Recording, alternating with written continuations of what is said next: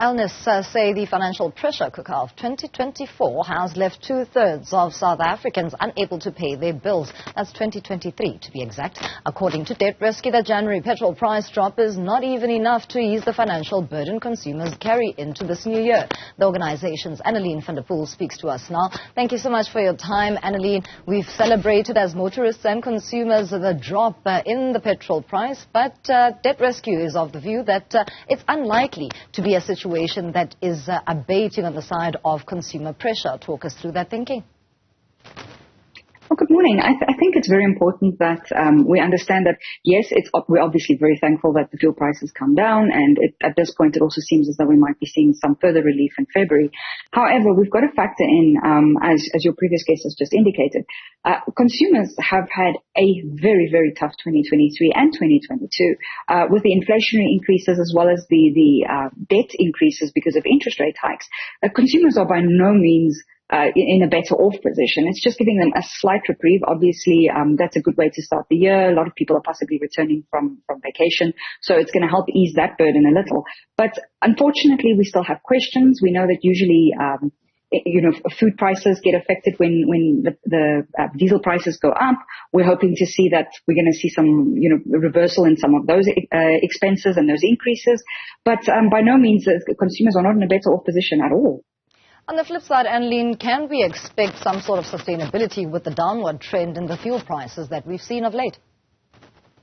It's very difficult to say because obviously there are factors beyond our control, those global macroeconomic ones.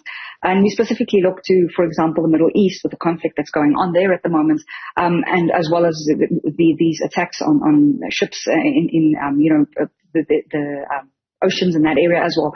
It's definitely a cause for concern because it can affect transport, it can affect instability and so forth. So to predict whether this is, this is the way forward or that at least stay where it is, very, very difficult to say.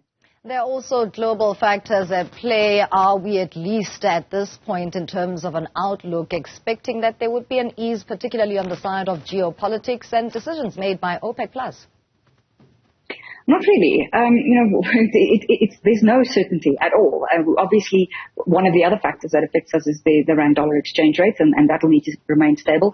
OPEC wants $100 a barrel for the oil price, and like I said, we've got these conflicts in the regions where it's affecting the oil prices, etc. So it's very likely it's going to have an impact on us. Hopefully, they can get it resolved or at least stabilized to a certain degree that it doesn't have a worldwide impact. I'm glad you raised the currency factor of this conversation. I saw a report earlier this morning indicating that maybe 2024 could be the year of the rand. The impact and the veracity that the rand-dollar exchange rate plays with regards to how consumers are basically being burdened financially. What's to be said about that front? Well, obviously, it'll be fantastic if it stabilizes or if the rand, strengthens against the dollar. We're a very import-dependent country, and it directly affects us as consumers' pockets because of the amount of goods that come into this country, and most, costs are pinned on the rand-dollar exchange rate. So it will obviously be very useful and very helpful for us as consumers. But we know historically it's one of those things that just cannot be predicted. We can only hope for the best. Lastly, Anneline, speaking of disposable income and the financial muscle of the consumer, we know that salaries have not been going up. At times, there are even fears of job cuts due to the financial pressure that is also faced by companies and employers. With regards to that, what is the forecast? Well, I think it's going to be another tough year. We're definitely not out of the woods. And as you've just said, a lot of companies are still facing massive financial pressure. We know, there's so many contributing factors. Load shedding is one. It remains one of the biggest impacts on manufacturing businesses in this country. And if they can't manufacture, they have to incur additional costs to manufacture, for alternative energy, that affects them. So that is a big factor. So, definitely it's very much one of those we're going to have to wait and see, but, there's not much that's indicating that we are seeing massive, changes lying ahead that are speaking to possible, positives for us. I think it's definitely going to be another tough year for us and one that we're going to have to watch and monitor very, very closely.